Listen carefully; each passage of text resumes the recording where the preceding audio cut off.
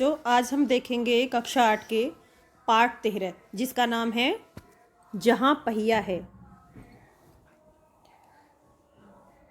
ये कहानी है जिसको लिखा है पी साईनाथ ने और इसमें एक सच्ची घटना के ऊपर आधारित है ये, या कह सकते हैं कि हम ये एक रिपोर्टाज है। और इसमें जो बात की गई है वो एक ऐसी जगह के बारे में की गई है जिसका नाम है पुडुकोट्टई और जो तमिलनाडु में है। ये एक छोटा सा और बड़ा गरीब सा इलाका ज़िला है और यहाँ पर जो है औरतों को उतने अधिकार नहीं हैं जितने कि पुरुषों को हैं। वो आज़ादी, वो अधिकार, वो कार्य जो पुरुष कर सकते हैं वो औरतों को नहीं है।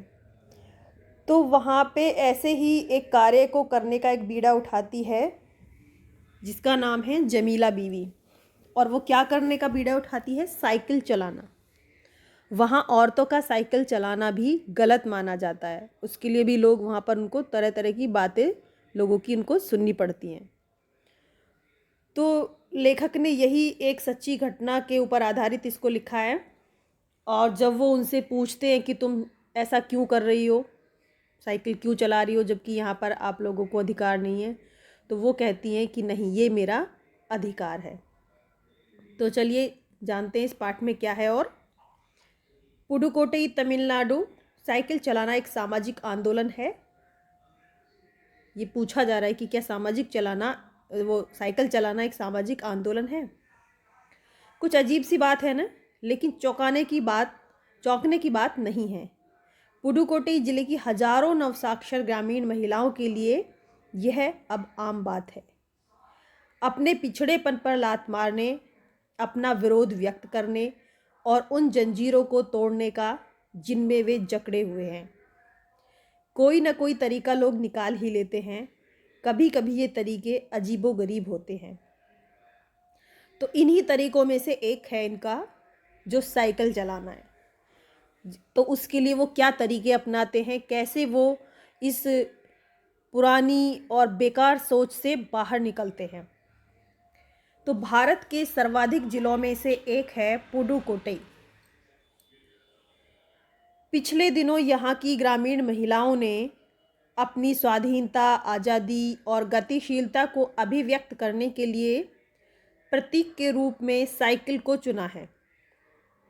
उनमें से अधिकांश नवसाक्षर थीं, यानी कि जो नए जिन्होंने तभी चलाना सीखा था, नई थी जो।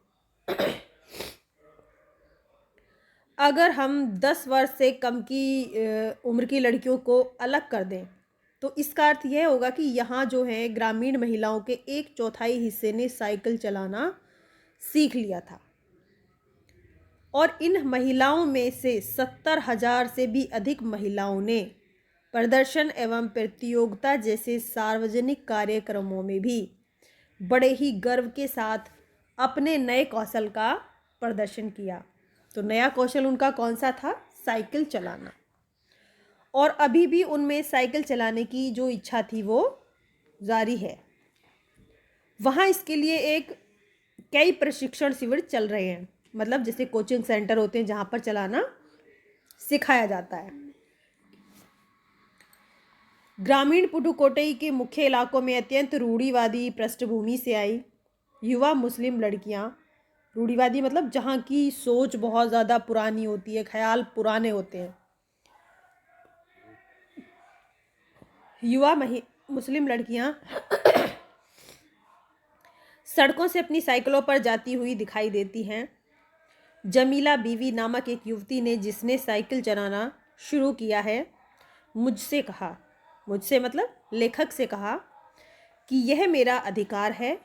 अब हम कहीं भी जा सकते हैं। अब हमें बस का इंतज़ार नहीं करना पड़ता।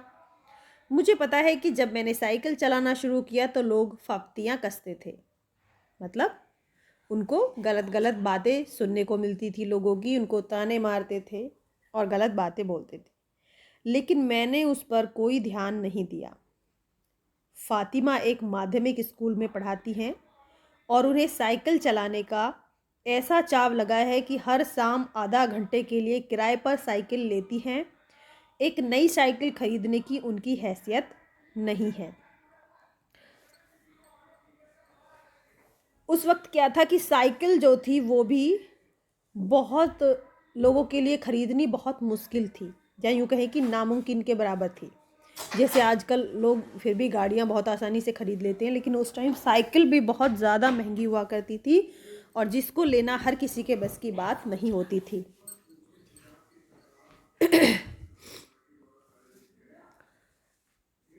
एक नई साइकिल खरीदने की उनकी हैसियत नहीं है। फातिमा ने बताया कि साइकिल चलाने में एक ख़ास तरह की आज़ादी है, हमें किसी पर निर्भर नहीं रहना पड़ता। मैं कभी इसे नहीं छोड़ूंगी। जमीला, फातिमा और उनकी मित्र अवकन्नी, इन सब की उम्र 20 वर्ष के आसपास है और इन्होंने अपने समुदाय की अनेक युवतियों को साइकिल चलाना सिखाया है।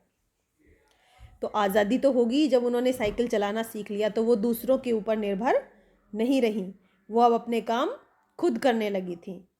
तो इस ज़िले में साइकिल की धूम मची हुई है। इसके प्रशंसकों में हैं महिला खेतीहर मजदूर, यानी जो महिलाएं खेती का काम करती हैं, मजदूरी करती हैं, पत्थर के खदानों में जो महिलाएं मजदूरी करती हैं, गांव में जो नर्सें हैं जो अस्पतालों में कार्य करती हैं, या बालवाड़ी, आंगनवाड़ी, उनमें जो कार्य करती हैं, या बेशकीमती पत्थरों को तराशने में जो औरतें लगी हैं, कुछ स्कूल की अध्यापिकाएं भी हैं, उन सब ने साइकिल का जमकर वो सब इस्तेमाल कर रही हैं। तो ग्राम सेविकाएं और दोपहर का भोजन पहुंचाने वाली औरतें भी पीछे नहीं हैं। सबसे बड़ी संख्या उन लोगों की है जो अभी नवसाक्षर हुई हैं, यानी जिन्होंने अभी अभी साइकिल चलाना सीखा है। जिस किसी नवसाक्षर अथवा नई नई साइकिल चलाने वाली महिला से मैंने बातचीत की तो उसने साइकिल चलाने और अपनी व्यक्तिगत आज़ादी के बीच एक सीधा संबंध बताया। यानी कि जब से उन्होंने साइकिल चलाना सीखा है तो वो बहुत ज़्यादा आत्मनिर्भर महसूस कर रही हैं, यानी उनके अंदर एक सेल्फ कॉन्फिडेंस आ गया है। साइकिल आंदोलन की एक अगुवा का कहना है, अगुवा मतलब जो उनमें सबसे आगे है, मुख्य बात यह है कि इस आंदोलन ने महिलाओं को बहुत आत्मविश्वास प्रदान किया। महत्वपूर्ण यह है कि इसने पुरुषों पर उनकी जो निर्भरता थी उसको कम कर दिया है। अब हम प्राय देखते हैं कि कोई औरत अपनी साइकिल पर 4 किलोमीटर तक की दूरी आसानी से वो तय कर लेती है और पानी भी लेकर आती है साइकिल से ही, क्योंकि कई जगहों पर आज भी ऐसा है जहाँ से लोगों को पीने तक का पानी बहुत दूर से लेकर आना पड़ता है। तो इससे उन्हें क्या फ़ायदा हुआ? इससे उनके समय की बचत हुई। कभी कभी साथ में उनके बच्चे भी होते हैं, यहाँ तक कि साइकिल से दूसरे स्थानों से सामान ढोने की व्यवस्था भी वो खुद ही करती हैं। लेकिन यकीन मानिए, जब इन्होंने साइकिल चलाना सीखना शुरू किया तो इन पर लोगों ने जमकर प्रहार किया, जिन्हें इन्हें झेलना पड़ा। और ऐसा हर बार होता है ऐसी जगहों पर जहाँ पर औरतों को ये पिछड़ापन, ये ऐसी जो रूढ़िवादी सोच है लोगों की, उसका सामना करना पड़ता है। जब उन्हें वहाँ पर कुछ भी नया करना होता है, कोई भी नया बदलाव उन्हें वहाँ लाना होता है, तो उसके लिए उन्हें बहुत ज़्यादा संघर्ष करना पड़ता है, जो हर औरत के बस में नहीं होता। उनमें से कुछ औरतें होती हैं जो सबसे आगे आती हैं और उन्हीं की मदद से फिर सारा औरत समाज जो है वो आत्मनिर्भर बनता है, या उनमें हिम्मत आती है उस रूढ़िवादी सोच को ख़त्म करने की। तो इसी तरह साइकिल प्रशिक्षण शिविर देखना एक असाधारण अनुभव है। तो उन्हें क्या हुआ, जब उन्होंने भी साइकिल चलाना सीखा तो उन्हें भी बहुत सारी बातें सुनने को मिली। गंदी गंदी टिप्पणियाँ, यानी कि गलत गलत बातें उन लोगों के बारे में बोली गई, उन औरतों के बारे में बोली गई। लेकिन धीरे धीरे साइकिल चलाने को सामाजिक स्वीकृति मिल गई, इसलिए महिलाओं ने इसे अपना लिया। साइकिल प्रशिक्षण शिविर देखना एक असाधारण अनुभव है। किला कुरुचि गाँव में अभी साइकिल सीखने वाली महिलाएं रविवार को इकट्ठा हुई थीं। साइकिल चलाने के आंदोलन के समर्थन में ऐसे आवेग देखकर कोई भी हैरान हुए बिना नहीं रह सकता। उन्हें इसे सीखना ही है, साइकिल ने उन्हें पुरुषों द्वारा थोपे गए दायरे के अंदर रोज़मर्रा की घिसी पिटी चर्चा से बाहर निकलने का रास्ता दिखाया, क्योंकि वो पुरुषों पर निर्भर नहीं रही थी। जो बहुत से पुरुष तो क्या होते हैं, बहुत ज़्यादा मतलब एहसान सा जताते हैं उस चीज़ के लिए भी कि मैं तुम्हें वहाँ तक छोड़ के आया, मैं तुम्हें वहाँ लेके गया, मेरे वजह से तुम वहाँ गई। तो आज क्या था कि वो उन पुरुषों के ऊपर निर्भर नहीं थी, आज उन्हें जहाँ जाना होता था वो खुद से जा सकती थी।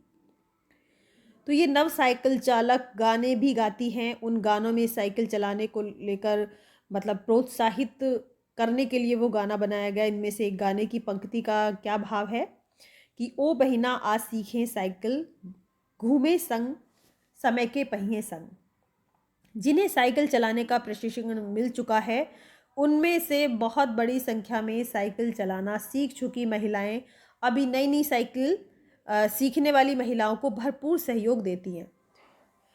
उनमें यहाँ न केवल सीखने सिखाने की इच्छा दिखाई देती है, बल्कि उनके बीच ये उत्साह भी दिखाई देता है कि सभी महिलाओं को साइकिल चलाना सीखना चाहिए। 1992 में अंतर्राष्ट्रीय महिला दिवस के बाद अब यह जिला कभी भी पहले जैसा नहीं हो सकता। हैंडल पर झंडियाँ लगाए, घंटियाँ बजाते हुए साइकिल पर सवार 1500 महिलाओं ने पुडुकोट्टई में तूफान ला दिया। महिलाओं की साइकिल चलाने की इस तैयारी ने यहाँ रहने वालों को हक्का बक्का कर दिया, मतलब आश्चर्यचकित कर दिया। इस सारे मामले पर पुरुषों की राय थी। इसके पक्ष में आर साइकिल्स के मालिक को तो रहना ही था। इस अकेले डीलर के यहाँ लेडीज साइकिल की बिक्री में साल भर के अंदर काफ़ी वृद्धि हुई। माना जा सकता है कि इस आंकड़े से दो कारणों से कम करके आंका गया है। पहली बात तो यह है कि ढेर सारी महिलाओं ने जो लेडीज़ साइकिल का इंतज़ार कर रही थी, जेंट्स साइकिलें खरीदने लगी जब उन्हें लेडीज़ साइकिल मिलनी बंद हो गई। दूसरे, उस डीलर ने बड़ी सतर्कता के साथ यह जानकारी मुझे दी। उसे लगा कि मैं बिक्री कर विभाग का कोई आदमी हूँ। कुदुमी अन्नामलाई की चिलचिलाती धूप में एक अद्भुत दृश्य की तरह पत्थर के खदानों में दौड़ती भागती 22 वर्षीय मनोरमनी को लोगों ने साइकिल सिखलाते देखा। उसने मुझे बताया, हमारा इलाका मुख्य शहर से कटा हुआ है, जहाँ यहाँ जो साइकिल चलाना जानते हैं उनकी गतिशीलता बढ़ जाती है। साइकिल चलाने के बहुत निश्चित आर्थिक निहितार्थ हैं। इसके आय में वृद्धि हुई है इससे, यानी उनको क्या क्या फ़ायदा हुआ है, तो उनकी आमदनी में वृद्धि हुई है। यहाँ की कुछ महिलाएं अगल बगल के गांव में कृषि संबंधी अथवा अन्य उत्पाद बेच आती हैं। साइकिल की वजह से बसों के इंतज़ार में व्यय होने वाला उनका समय बच जाता है। खराब परिवहन व्यवस्था वाले स्थानों के लिए तो यह बहुत ही महत्वपूर्ण है।